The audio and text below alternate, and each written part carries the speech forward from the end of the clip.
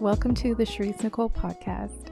I created this space where I'll discuss life lessons, personal stories, observations, unsolicited advice, and ramblings that go on in my chattering mind. Every so often, I will pull in guests to provide different perspectives and discuss a range of topics from nutrition to travel and all things in between. So without further ado, let's get into it.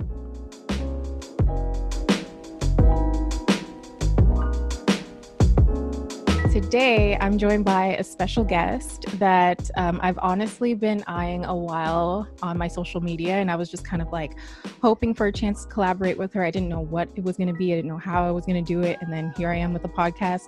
So I decided to bring her on. Her name is Aley Arion. Please give my listeners a rundown on who you are and what you do, what you're about.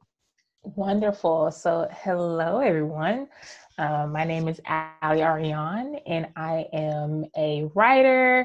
I like to call myself an essayist because I pretty much concentrate my writing in the form of personal essays and opinion pieces. I also am a digital creator. So a lot of the things that go through in my head, I usually try to make them palatable for my community through biteable content. So that's me in a nutshell. I'm also a Jesus freak, so that might come up a couple of times in the conversation. Okay. But that's me in a nutshell. Okay. And so, like I was saying before, I think I don't remember when I first came across your profile. It was probably a couple of years ago. But I think one of the things that drew me towards you was at the time you had a blog. It wasn't the same site you have now. It was like another blog, or it was another website. But anyways, in any case, that's where you shared your ideas. And I really admired your ability to be so transparent and open about things like dating and, like things that I wanted to talk about with my audience, but I just was like too scared to do. So appreciate you. Back then, my blog has gone through a lot of different changes, honestly. First, it started off as like strawberries and carbonara, which was like the scent of my first date. The guy had like a strawberry air freshener, and we had chicken carbonara. This is back when I actually ate meat. So he had chicken carbonara, and this car literally smelled like strawberries and chicken carbonara. So I just came up with strawberries and carbonara. And then it changed over to like a self-titled blog, aleyarion.com.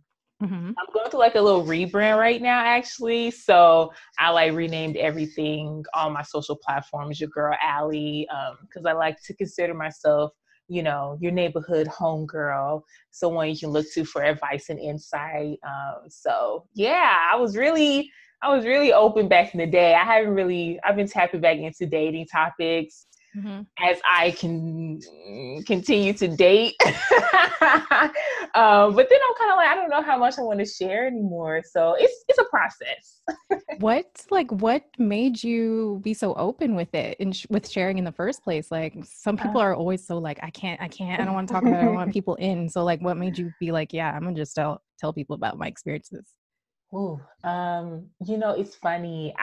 I at the time I lived by this motto that I only share what has happened in my life to a place where it's not something that it's like this experience that like I had to like keep close to me, like no one can get insight into it. It's more so a thing of like, I've experienced this, I've analyzed it, and now I am giving it to you all as an experience that we can both share.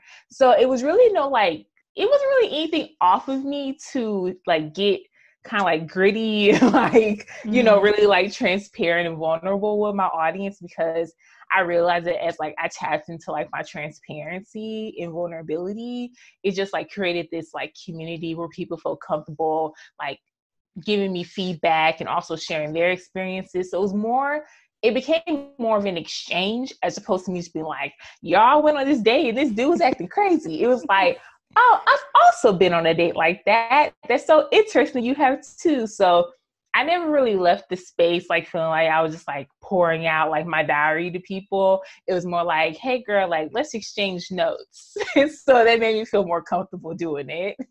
And it really felt like that, because when I'd read your blog post, just the way that you write and articulate, you know, the thoughts and everything you've gone through, it feels like a friend is saying it to me. It feels like, yeah, you do really feel like a neighborhood homegirl, like your girl, Aley. Like I do feel that connection with you. So that's Yes. really good. I'm so glad.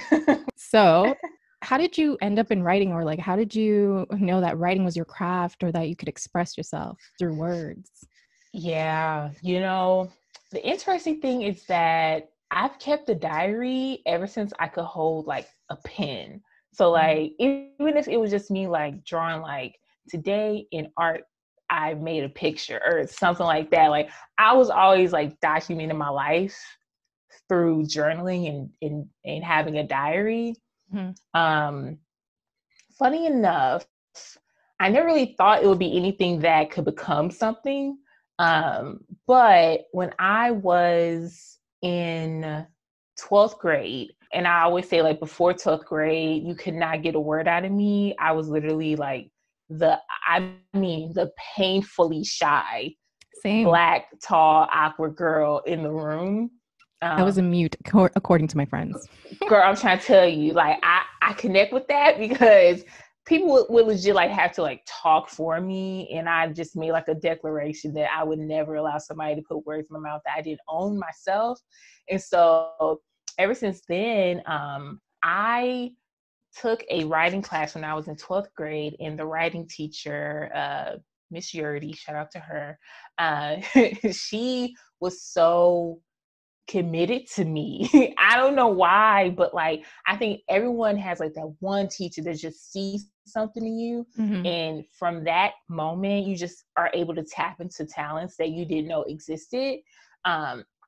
Her creative writing class like changed my whole life, honestly, because it gave me the voice to actually lean into my thoughts, starting off with poetry, but eventually like long form essays and stuff that I do now. Mm-hmm. And so coming from 12th grade to college, I was like a biology major, and I quit that because I was like, what the heck are you doing with your life? Mm-hmm. And then transferred into marketing, but my marketing courses was just like so mundane and just really didn't like give me an outlet to be creative. And so I started documenting the clothes I was wearing.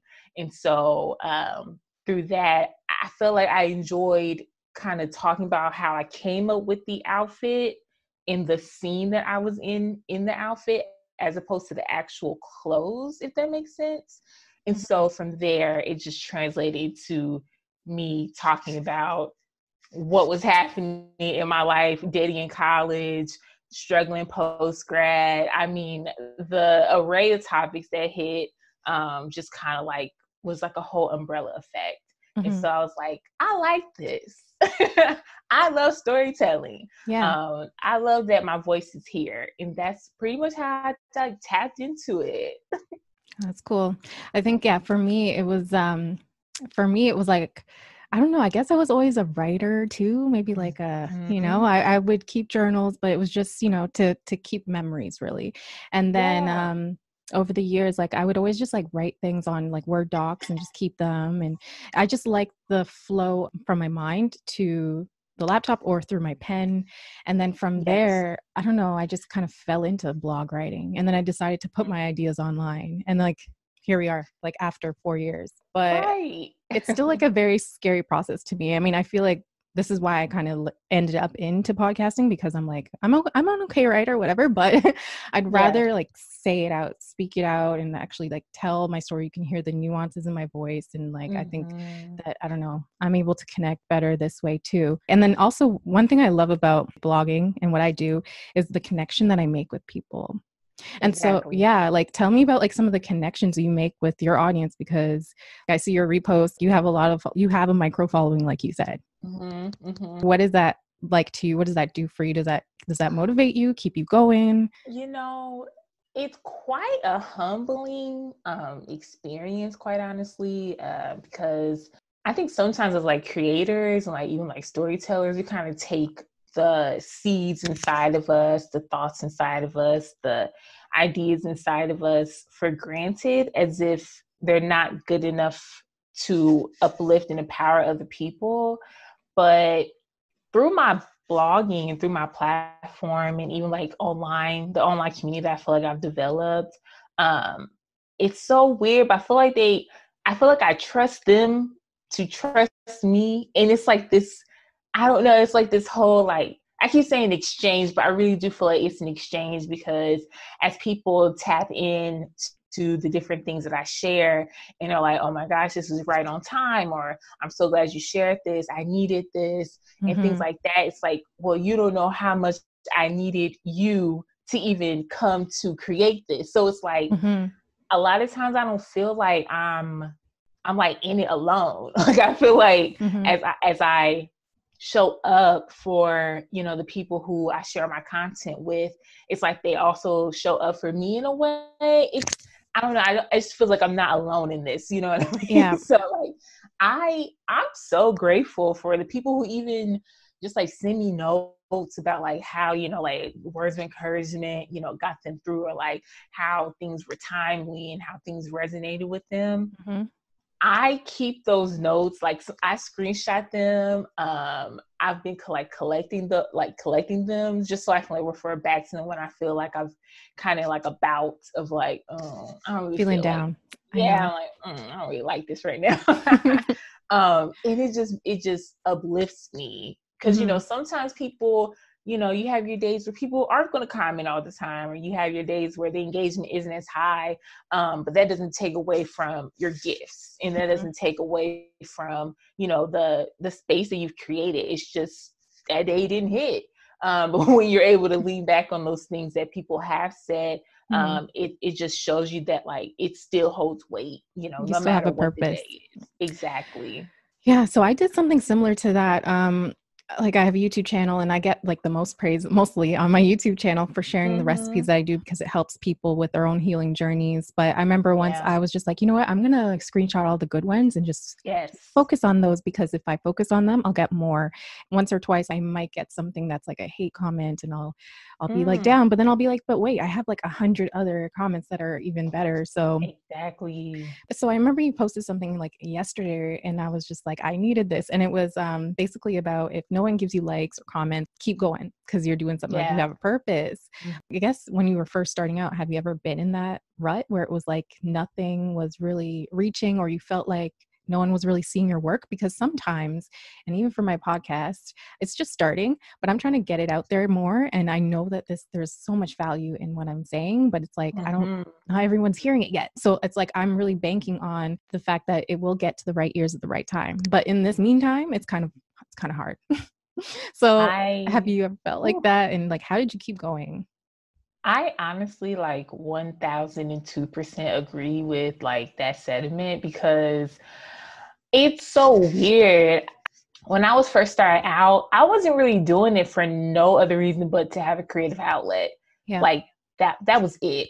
I had no like blogger goals. I had no, you know, I want a K behind my follower count goals. I just wanted to be able to get my thoughts out of my head and see them, so I could track my progress, honestly, and connect with people. So that was my motivating factor to begin with. Now things have changed completely, because now I'm like, dang, what would life look like doing this full time, and committing to this, and actually, you know, like having this be, you know, how I make a livelihood. And so that's where things get a little tricky, because I was writing in my journal. Actually, I'm going to get real transparent. But I was writing in my journal, and I was like, dang, it feels like now that I can see myself doing this full time, when I feel like the content I create isn't doing well in my eyes, it feels like I'm not performing my job well. And so that can be really hard, because, you know, personally, I'm a performance-based person, was always, you know, making A's and B's, you know, honor scholarship in college and all that stuff. So it's like I've always had a way to track my progress and like track how well, quote unquote, I'm doing. But now there is no metric other than likes and comments and engagement. And so when those things are low, you feel like you're performing at a low base, when really, you know, you just ain't cool with the algorithm right now. And it's like, just realizing that, I honestly have just had to tell myself, that, as I actually made a whole tweet about this, it's right now for me, it's not about the numbers. It's not about how many likes, how many comments, how much engagement, how many shares the content gets. It's about how many hearts and souls are being reached through what I'm sharing. And after I shifted that and made that my center metric, I feel like I've been creating more freely and releasing with more ease, because it's not like, oh my gosh, am I going to get this many likes today? It's like, no, like, I hope somebody can roll over and get out of bed after they see my post. Like, I hope somebody can go on for the next 24 hours, 48 hours, because they saw this note of affirmation, or they saw this gentle reminder, which I like to call them now, that hopefully gets them through. Because, you know, as someone who, you know, does struggle with their mental health, you know, I want to be the thing that I need. And so if I can be the thing that I need to myself, then hopefully it can be that way for the others who are part of my community. So it's just like shifting those metrics, and making them more people metrics as opposed to number metric. You know? Yeah. It's about like changing the mindset, your mentality, how you see things. Because I think, like once I got caught up with like all the people that were following me and eyes on me, I started to kind of belittle myself a little bit, and I started to become a little bit fake. You know, it was like I was like this, whereas before I was just kind of like me, you know, free flowing, like, hey guys, da, da, da. And then all of a sudden I got so formal, and it was weird to see that transition in myself. And then I had to just kind of peel it back and be like, wait, what am I doing this for? I want to go back to that sort of clean slate that I was when I started, when I just wanted it to be a creative outlet like you. But it's a hard place to be when you start to build a following and still maintain that sort of like that rawness, I guess. It truly is. It truly is. Let's go to Twitter, because I follow you on Twitter too, and you're like a really great tweeter or Twitterer or whatever you can call it. There was one of your tweets that again like spoke to me, and you're really good at this. Like I have to tweet more. But anyways, it said something like, as creators, sometimes it's easy to create and execute, but then it's hard to release the project. Do you remember that? It was something like that. Yes, I do. And then I was just like, how does she know? But obviously, like, we go through the same things because we're both creators. But like, I felt like that for my podcast. I was like, I have this idea. It's great. I have these, I have the shows. I know them in my head. I can create them. Okay, but wait, now it's time to actually put it out there. And then that sometimes would be my blocker. But then it's like also just like doing it, just pushing it and going forward and going ahead with it. So I wanted to ask, like, where did that tweet come from? What were you going through? You know, so I believe it was like talking about how, I may be paraphrasing my own self, but I believe it was talking about just like, in retrospect, I think I was talking about this type of like radical vulnerability that it takes to release. And the amount of, you really have to come from like a fearless type of like stance with yourself to actually release the content inside of you. I think that I was coming from a place where, and I think a lot of creators can resonate with this. I sometimes feel physically sick after I share things on the internet. Like like everything, or just certain things? Oh, I'd say 67% of the things that I share. So definitely more than half of the things that I share on the internet. I feel physically sick afterwards because I know where each word like grew from. Like I know the trailing, I know the train of thought, I know the rabbit holes. I know, the spirals that my mind went through to actually come to the conclusive thought that I've now shared with my community. And it's hard. I don't know, before you even press post, right? Mm-hmm. It's the release button inside of yourself that you have to press into to be like, okay, now I feel like I'm in a place where I can open up and share this with people. Mm-hmm. And it's hard to get to that point, let alone the second point of actually releasing it online. Mm-hmm. So I released it myself, but now I have to release it online. I feel like it's two battles. Two different things, yeah. Right. And it can get really tricky sometimes. Because the way I see it is like, for me, I can make all this content for myself. If I wanted, I could create like 100 podcast episodes for myself, but it's like, nah. Yes. So when I think about when I release it to the public, I'm basically, it's like my baby. It's my projects, my ideas, my thoughts, these near and dear to my heart. And now I'm like exposing it to the world and exposing it to others' opinions. So like, that's why I feel like closed in, like I don't really want to, but at the end of the day, I was like, I reason with myself and I'm like, it's gonna reach someone, or if it doesn't, whatever. But either way, I'm curious and I want to see what happens, because you never know. You don't know. And that, like, my life, like my entire life model is that my life is not about me. Like the things that I've gone through, all the things that I've picked up along the way, every lesson that I have now, they were not about me. They were about how God, first of all, could incubate that experience inside of me so that I could give birth to something that will bless others. And I think at the end of the day, that's literally my whole foundation, that I don't care how, yucky it makes me feel. Like, I don't care like how much like my stomach turns. Like every time like I try like share a post that gets real deep or whatever, if it blesses one person, that I have done my job. And I'm going to allow God to get the glory from it, because he had to move through me in order for it to even come out, first of all.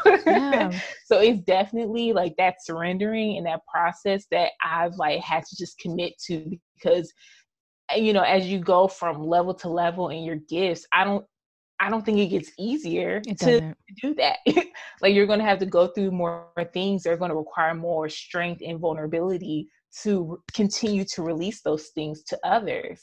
So just like submitting to that process, like as hard as it is, just committing to that process, it's the only way I can get by, honestly. Time and time. And I was just going to say, it's like not ever a feeling we'll ever get used to. It's just you're just going to have to keep exercising that release and that surrendering, like you said. Well, it's interesting. 100%.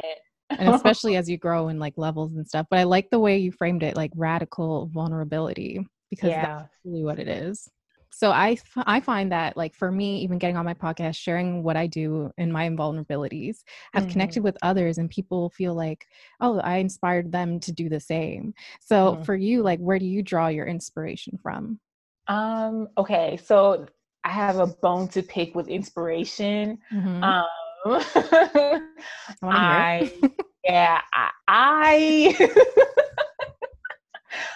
I have a thing where there's inspiration and there's motivation. So inspiration, just like the textbook definition, is the stimulus that makes you feel like you're capable of doing something, and it stops there.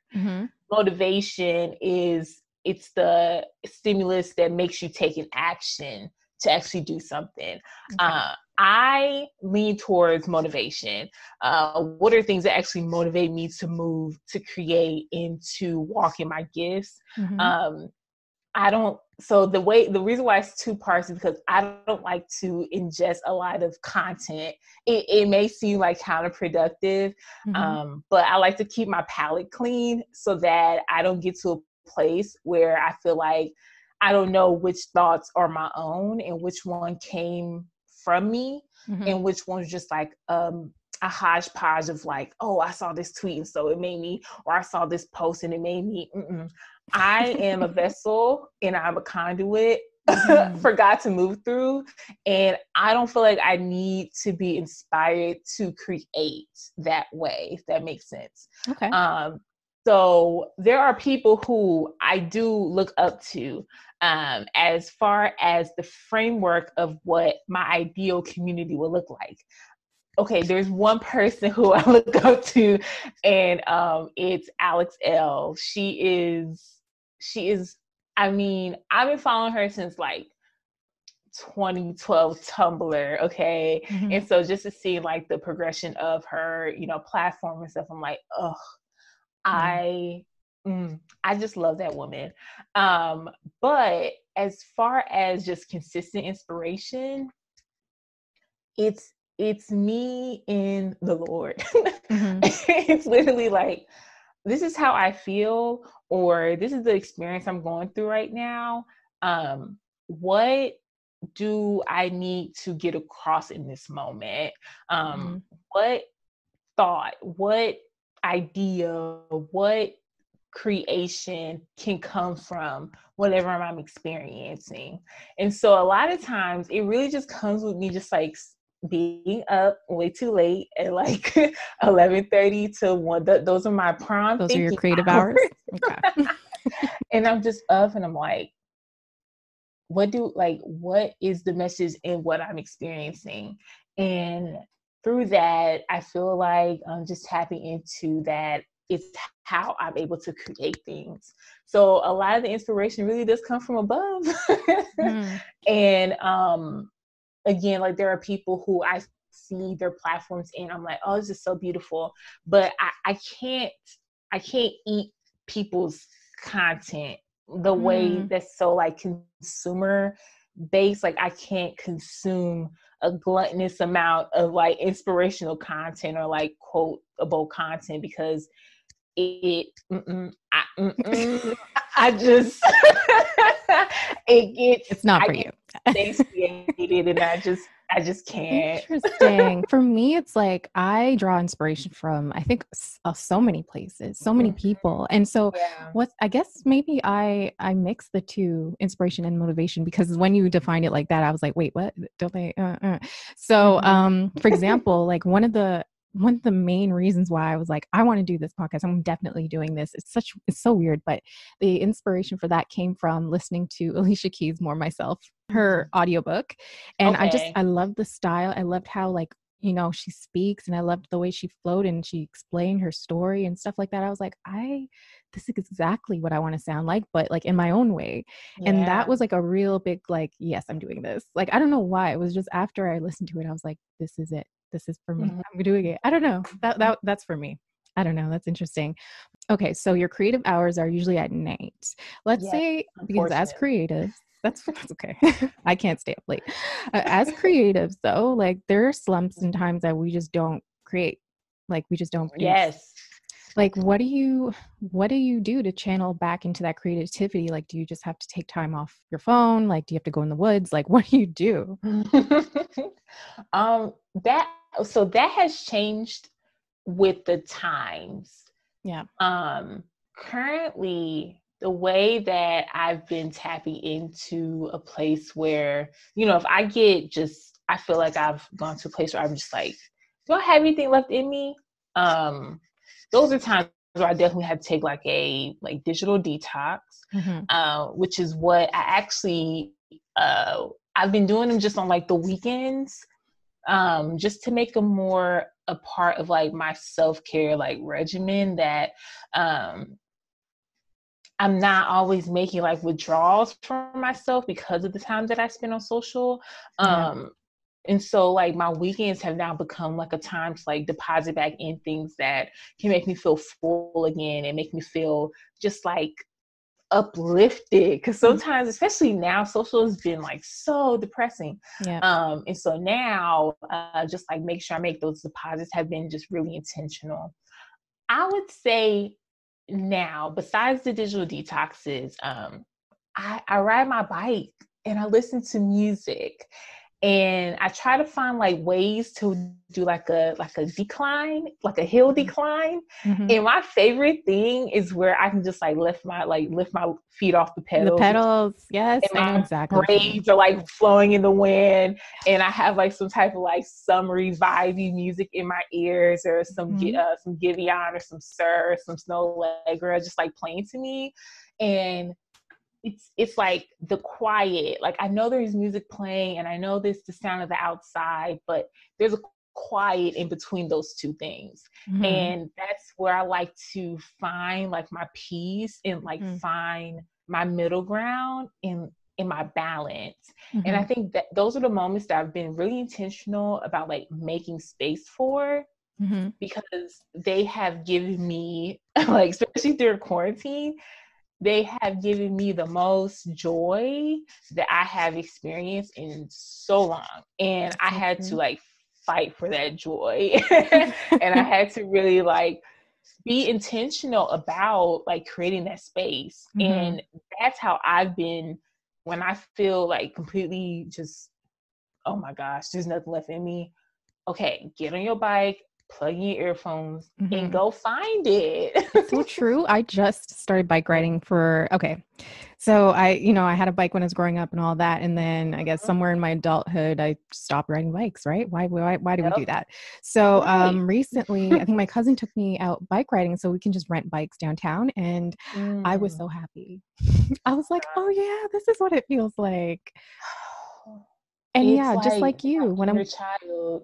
Inner child is happy. I remember that tweet as well. But like, I remember every time I go down hills and I have that feeling too, just like wind, you're just feeling it. I'm like riding with my arms. It's the best sensation ever. And it's like, how is it that just getting on this little bike that I have and going outside, which I think is important for us, like tap into like our like inner child, especially now, and just like healing that inner child, also like tending to its needs, because I do feel like there's a lot of the things that we're experiencing now as adults that were probably because as a child they were neglected. And just like tending to our inner child, I promise, like play has been so important. Just like finding moments where I can play, and finding moments where I can actually just like be outdoors and just experience the wind and the sky and the sunset. It's just all, woo, I love it. A lot. There's so much abundance out there. And it kind of sounds like you're meditating almost, like, because you're like, there's a space that is, beyond the music, beyond the outside where you are. And it's like that is the meditation. I find for me, like, I also wanted to connect it back to what you said about, you draw inspiration from God. Yeah. I think the ideas we have, my creativity, the words that I come up with, the things in my head, sometimes I always ask, I'm like, where did this come from? But like, I know where it came from. It's not literally my thoughts, it's like given to me, or I channeled it somehow from somewhere. Right. And then, it's also kind of, I feel like our responsibility to share it and to, it's for you. It came to me. I'm going through experiences. I had to learn, but then I also have to do something with this. You have to. I swear, like I call her my my fellow spiritual warrior. We're talking about just like really tapping in and using our gifts more freely. In that, especially as a writer, my journal should not be the last place a thought lives. Like if there's something impactful that comes across, and that I know like God gave me, my notebook, my journals, it's cute. I'm glad I'm stacking these notebooks up, but that shouldn't be the last home. That shouldn't be the last stop for those thoughts. Because if we allow ourselves to just be hoarders of like inspiration, just like hoard the gifts and the good things that like God has like given us, that's so selfish in my opinion. It is. Especially as creators, like this is just for me, like look how, no, like you don't know who could be blessed, who can be healed, who could be just encouraged and moved by the things that you're keeping so close to you. And so like understanding that it's, again, not about you, and just like sharing those things, like that's top priority. It's our purpose. Top priority. Yeah, right? Exactly. So I guess, I don't know, what advice would you give someone who wants to start a blog, who wants to share their poems, who wants to kind of, show more of themselves, but is really scared about doing it? Like, what is your advice for radical vulnerability? Honestly, I guess my advice would be to think of the things that got you through, and think of where you are now without those things. If you would not be better off if that person that you got that thing from kept it to themselves, then why would you keep the things that could potentially help someone else to yourself? So it's kind of like imagining the things that like your younger self could have used, right? And you being that thing for them. Don't think that whatever is inside of you isn't good enough to share and release, because I think that's a very like me-centric mindset. You just have to consider how much better off the world would be if you release those things to it. And just understanding that like people need what you have. So don't be afraid to share it. Okay. Like they need what you have. Release it boldly, release it fearlessly. Actually do it scared. Okay. Do it imperfectly. You'll get better along the way. Obviously, everybody has a tweet or a post that was like low-key a rough draft, but you still needed to release that thing. So do it scared, do it imperfect, do it anyway. So that's what I would tell them. That's good. That's good advice. And like another thing that helps me is just like, I only have one life to live. It's not like I get a second try at this. You don't. So I kind of have nothing to lose. Yeah. You gotta feel the fear and do it anyways. And okay, one last thing I wanted to bring up, because that's how I was like, wow, we're so similar. Your post again, your tweet again, one of your highlighted tweets, I guess the viral ones. It was like, get comfortable doing things by yourself. Yeah. Oof. What were you going through at that time to write that? Okay, so I'm new to LA, right? Ish. I'm like a year and some change in. And so there's a couple times like I was just like looking forward to events and like going places, and like the people, the new, again, because being new here, people get flaky. But like I realized that I was leaning too much into having like a partner, or like a, I got a homegirl, so let's go now, to like different events and functions that were literally limiting me from having certain experiences, because I was like, well, if she don't go, I can't go, which is so not like me anyway. Like I don't know where between, me living in New York, me living in Charlotte for a second, and then coming to LA where I like lost my independence and like solo traveling and adventures. I'm back to her now, but at the time when I was adjusting, I was just like really scared.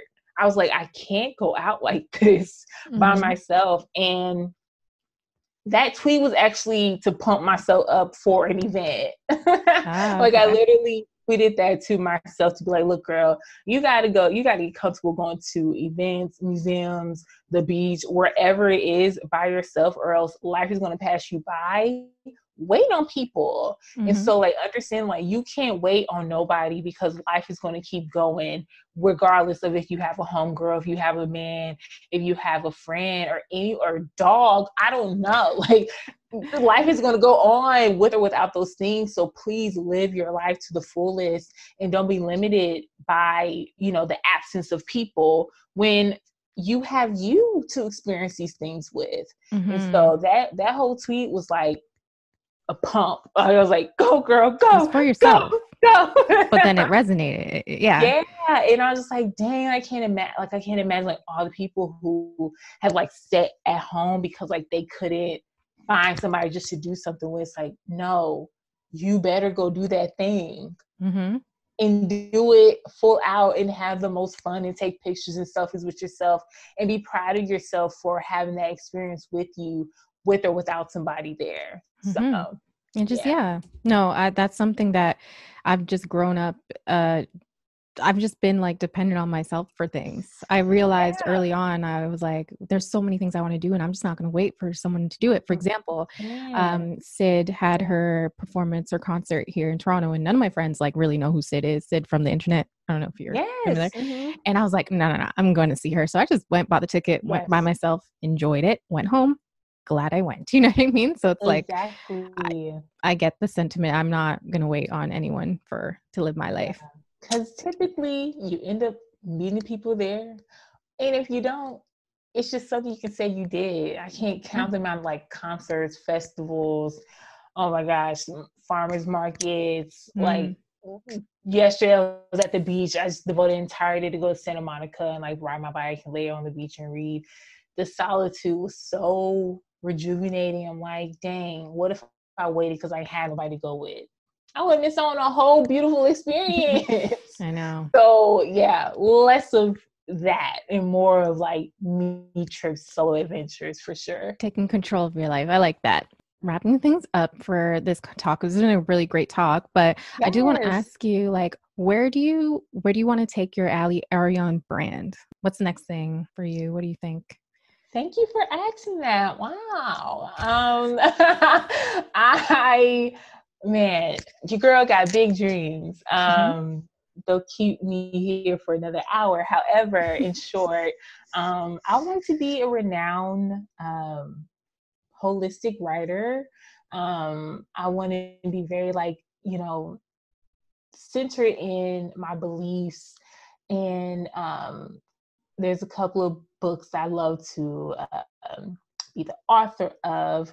I like to have some ad campaigns under my belt, like creative direction, and also getting to doing some like shorts and like some like YouTube series and stuff that I write myself and kind of put on like a lot of the younger actors and actresses in LA, because I mean, we all can't wait on Issa Rae or like Lena Waithe to like knock on her door.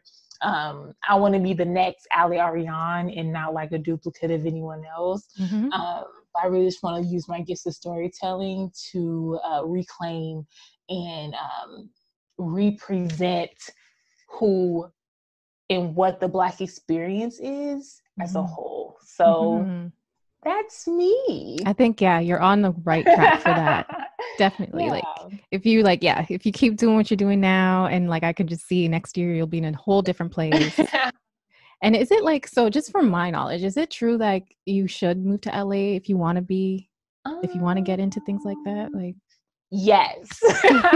But I think like hubs are growing everywhere, because I think people are becoming more dependent on that, network across mindset, and they're creating hubs in Charlotte or in like the backwoods of, I don't know, Alabama. Like, there is no limit anymore, especially since the internet has broke that. So good. That's good. Create where you are, please. Well, this has been a pleasure to speak with you, Aley. Like, I've always wanted to collaborate, and I didn't imagine it would be like this, but this is great as well. Like, wrap it up. Yes, it's been so great. Yeah, and also let the listeners know where they can connect with you and how to stay in touch. Absolutely. So, I am your girl, Aley, across all platforms, and that's YAGIRLALEY.